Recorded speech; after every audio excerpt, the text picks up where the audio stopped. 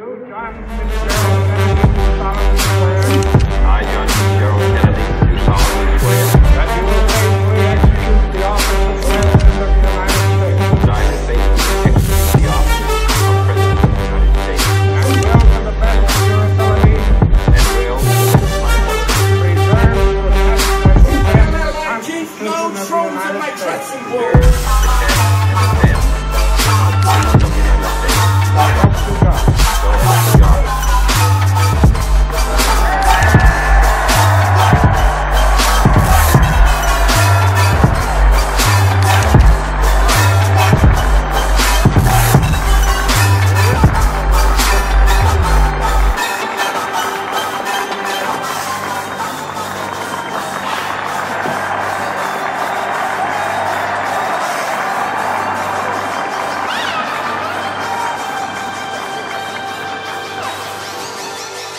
Vice President Johnson, Mr. Speaker, Mr. Chief Justice, President Eisenhower, Vice President Nixon, President Truman, President Clergy, fellow citizens. We observe today not a victory of parties, but a celebration of freedom, symbolizing an end as well as a beginning, signifying renewal as well as change.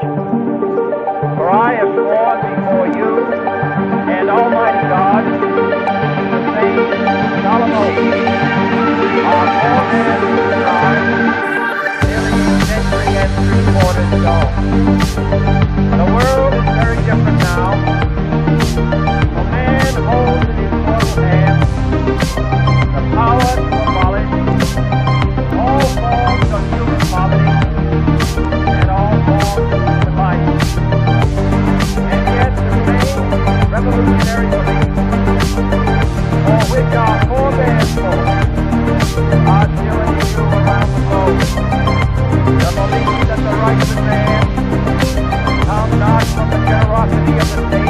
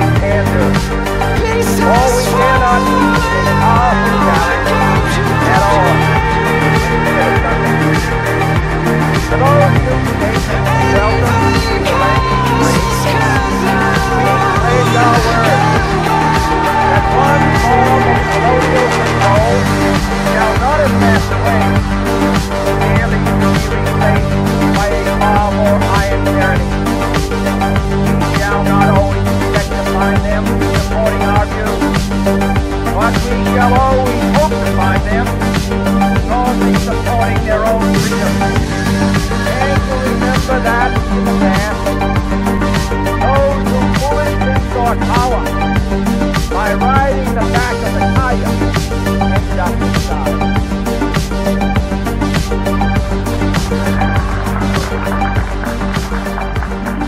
To those people in the huts and villages of half the globe, struggling to break the bonds of vast immigration, we pledge our best efforts to help them help themselves. For whatever period is required, not because the communists ain't doing it, not because we need their vote, but because it is right. If a free society cannot help the many who are poor, it cannot save the few who are rich.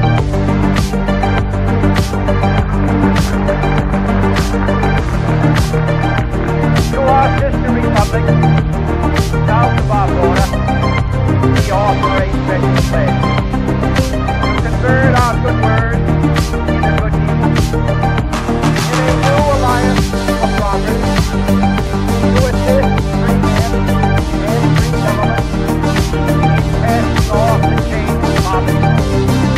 But this peaceful revolution of hope cannot become the prey of hostile powers.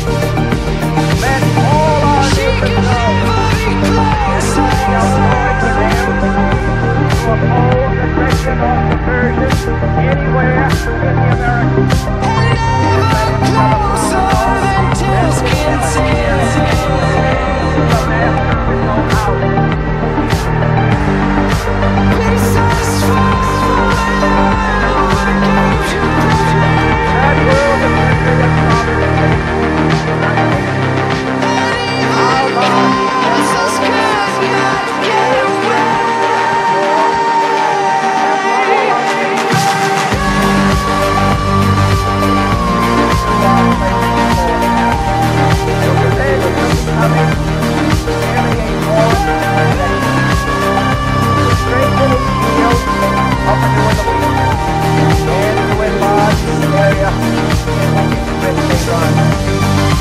Finally, to those nations who would make themselves our adversaries, we offer not a pledge, but a request that both sides begin anew the quest for peace.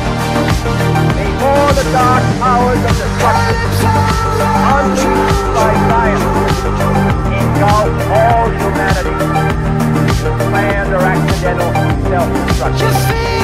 We dare not tempt them with weakness, for only when our arms are sufficient beyond doubt, and certain beyond doubt, that they will never be destroyed. But neither can great and powerful civilization take countless from our present war. Both sides overburdened by the force of God's weapons, both rightly allowed by the steady spread of the deadly atom, yet both facing the shoulder that uncertain balance of terror which takes the hand of mankind's final war. So let us consider, remembering on both sides that stability is not a sign of weakness, and sincerity is always subject to proof. Let us never negotiate out of fear, but let us never fear to negotiate.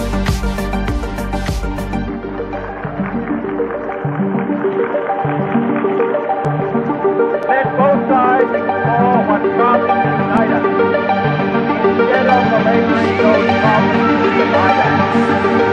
Let both sides, for the first time, formulate serious and precise proposals for the inspection and control of arms, and bring the absolute power to exploit other nations under the absolute control of all nations.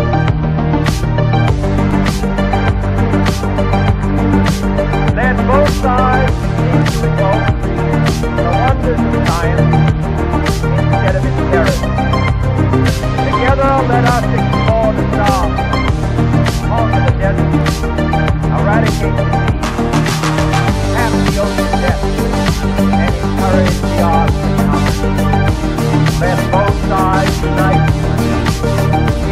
corners of the earth. The command of Isaiah